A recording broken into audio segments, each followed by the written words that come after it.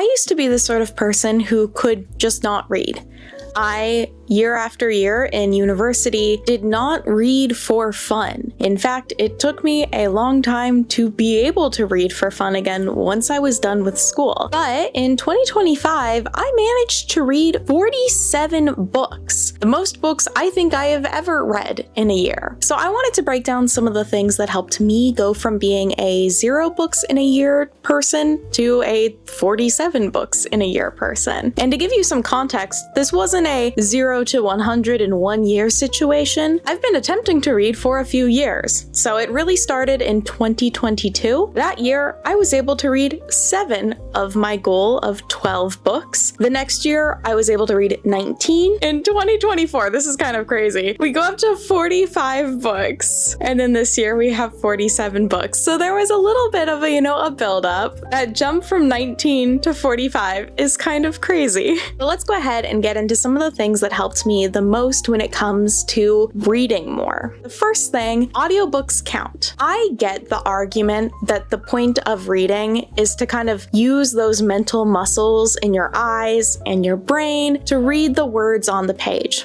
I understand that, and I do some of my reading that way, either with books or on my phone. However, audiobooks are the original storytelling method. I think some people fail to grasp that books like the Odyssey wouldn't exist if it weren't for a long history of storytelling as a human practice. So I could argue that audiobooks are in some ways a more valid way of sharing information and stories with other people, because reading is actually very unnatural. And for people like me who have learning disabilities, sometimes reading is okay, sometimes reading is a little bit harder. And so audiobooks are a great tool for that. They're a fantastic resource. I thankfully grew up listening to audiobooks with my family on road trips, so I already kind of had the cultural acceptance of them being a great thing. Now as an adult, I previously had been using Audible. I no longer subscribe because that is very expensive, and instead what I use is Libby. If you haven't already, highly recommend you getting on Libby. And I know it can be tempting to use the argument, oh, I don't want to get a library card because I'm just here for university or I'm gonna move.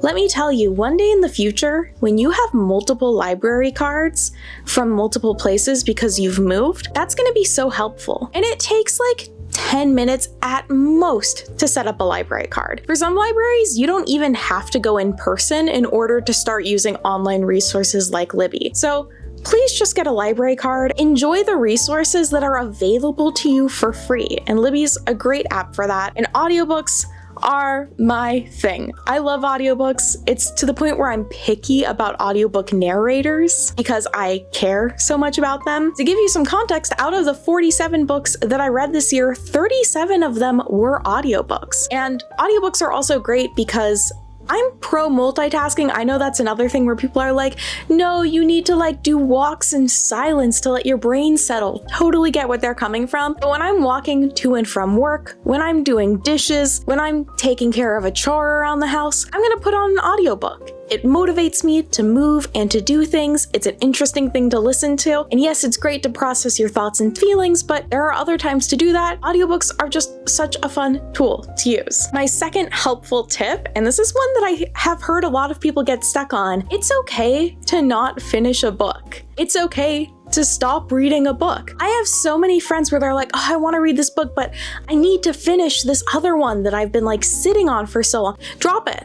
Drop it, kill it, who cares? I personally give you explicit permission to stop reading that book that you just can't quite get yourself into. That book will still be there in the future. You can check it out again from the library. You can buy it again. You don't have to finish a book that you started, even if you enjoyed that book. I have stopped reading many books that I enjoyed just because in that moment, it wasn't what I was finding engaging or interesting to read. And that has helped me read more because instead of just being like, oh, I want to read, I really don't want to read that one book I'm stuck on, I've just picked up a different book that caught my eye and that was more interesting. So to give you some context, the books that I didn't finish in just this year include Fourth Wing, Dracula, Catching Fire, which I will eventually, I'm going to reread all of those, so I'll get there. Hit Girls, Harrow the Ninth, which I'll also eventually read. I really want to. But again, like I really want to, but it just wasn't the right thing in the moment. The Virgin Suicides, The Safekeep, The Courage to Be Disliked, Interview with the Vampire. Those are the books that I just could not get myself to read this year. And that's okay. It is okay to stop reading because oftentimes it lets you finally get to go enjoy the books that you really do want to read. Number 3 is another kind of key thing that I honed in on these last 2 years. It's why I was able to get 45 and 47 books, is to find something you really love to read and just let yourself read it. Oftentimes we might set specific expectations for ourselves, like I have to read this amount of nonfiction,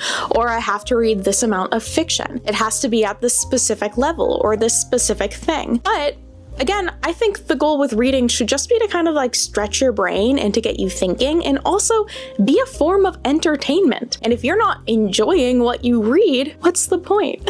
So for me, this year, I read a ton of Agatha Christie. Her writing style just absolutely scratched an itch in my brain, and I really love it. So for example, 28 of the 47 books that I read this year were Agatha Christie books. I got really into the audiobooks for those. I didn't read all of them as audiobooks, but I'm just saying I have preferences as to who records the audiobooks now. But yeah, if just let yourself enjoy the things you like. If you read a book from an author and you're like, wow, that was really good, read more of it. I read The Haunting of Hill House this year after really enjoying We Have Always Lived in the Castle by Shirley Jackson. And again, Shirley Jackson, I love her writing. So of course, I really enjoyed the other book that I read from her. So just let yourself really enjoy a specific author or a series. I have some books in my mind that I do refer to as junk food books. And these are books that I think of as being books that like get people into reading. And really for me, I would kind of classify my Agatha Christie's as those. Now, I don't necessarily think that means they're low in value, but it's just a great starting point. It's a delicious little treat that gets you into reading. And as you get into the habit of reading and you build it into your schedule, it's easier to then start adding in those things that maybe were your goals. Like in the past, I've set a goal for myself that I really want to read one nonfiction book a month, and I failed that last year. I'm gonna try it again this year now that reading is more fit into my daily schedule. I also have specific times that I like to read. So in the evening, I give myself a specific time period before bed that I can use for reading. Oftentimes I'll also listen to an audiobook as I fall asleep, which means I tend to re-listen to books sometimes because it can't be too interesting as I fall asleep or else I'll never sleep. So I have listened to Murder on the Orient Express probably like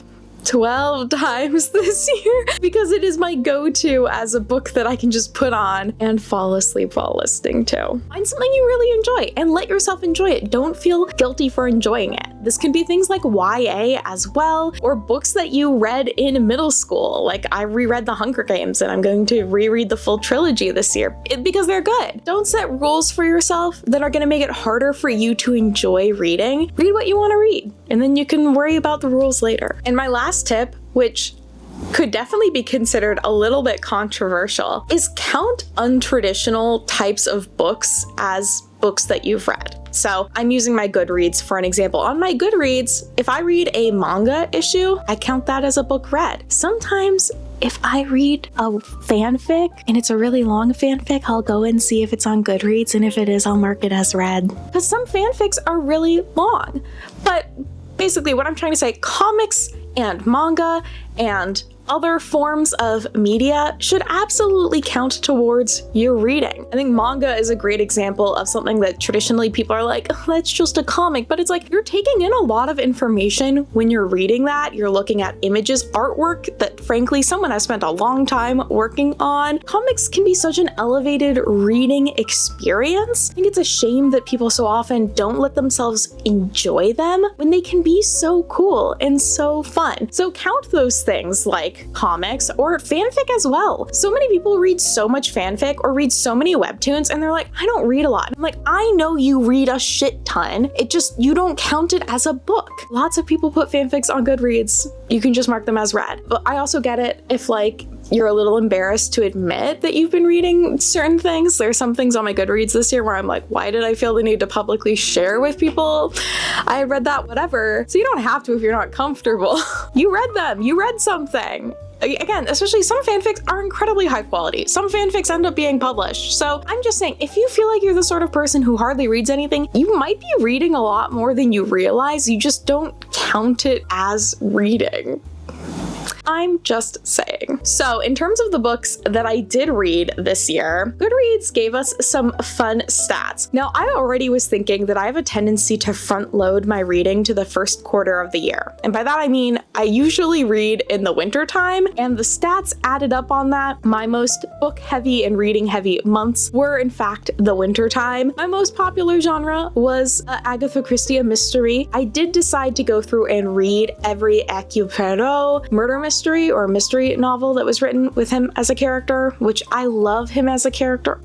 I love him. So that's part of why I read so much Agatha Christie this year, as well as I did set that goal for myself that I was going to read them all. And let me tell you, the last book I read was Curtain, and I cried so much, and it was like 6 a.m. and I was reading it on my phone, and I was a mess, but it was so good. Some other highlights or books that I really enjoyed this year: for horror, I really liked Our Wives Under the Sea by Julia Armfield. This is a book that is about grief at its core, and as someone who went through kind of a pretty traumatic event this year and had a lot of grief in terms of grieving a future I wanted for myself, that book just hit really hard. I really enjoyed it, so that was great. Reread The Hunger Games. Hunger Games holds up so well. If you read it in like middle school when it came out, I highly recommend reading it again as an adult. It holds up really well. One of my summer lake reads was Do Androids Dream of Electric Sheep, which is a great book. Has more to do with electric sheep than I thought. I still haven't seen Blade Runner. I think I need to watch the movie now, but I'm curious about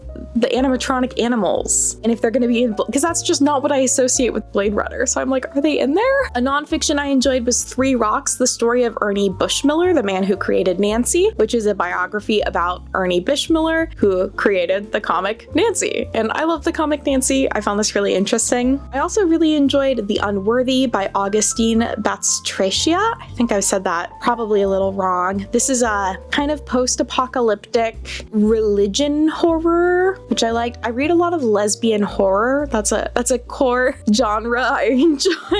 Gideon the Ninth. Fantastic, very fun book. Highly recommend that. It's one of those books where the environment is almost a character, like the place the characters are exploring around was so interesting. I was like, I could have 7 more books there. I just want to know more about this place. I found it fascinating. It's part of the reason why I've struggled to pick up the sequel, because I don't think it takes place in the same place. So I've been like, oh gosh, I have so many Agatha Christie's. I feel like I need to pick one as like the best one that I read, but it so depends on your taste and opinion. Things that I found kind of boring, other people might enjoy more. I will say my least favorite one, which is also one of the first books I read this year, was The Big Four. That is a rough read, don't recommend it. Hercule Poirot's Christmas, I think I really enjoyed, which also is seasonal.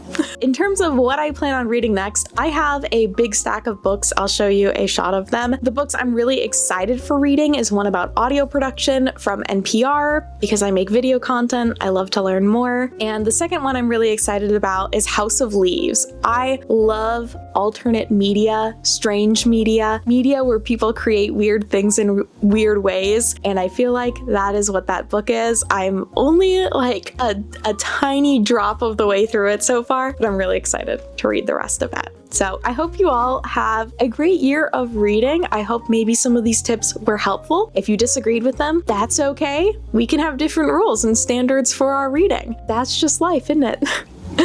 My camera cut me off. But thank you all so much for joining me, and I'll see you all next time. Bye. Happy New Year's, everyone. Oh, do you want to say something? A silent protagonist.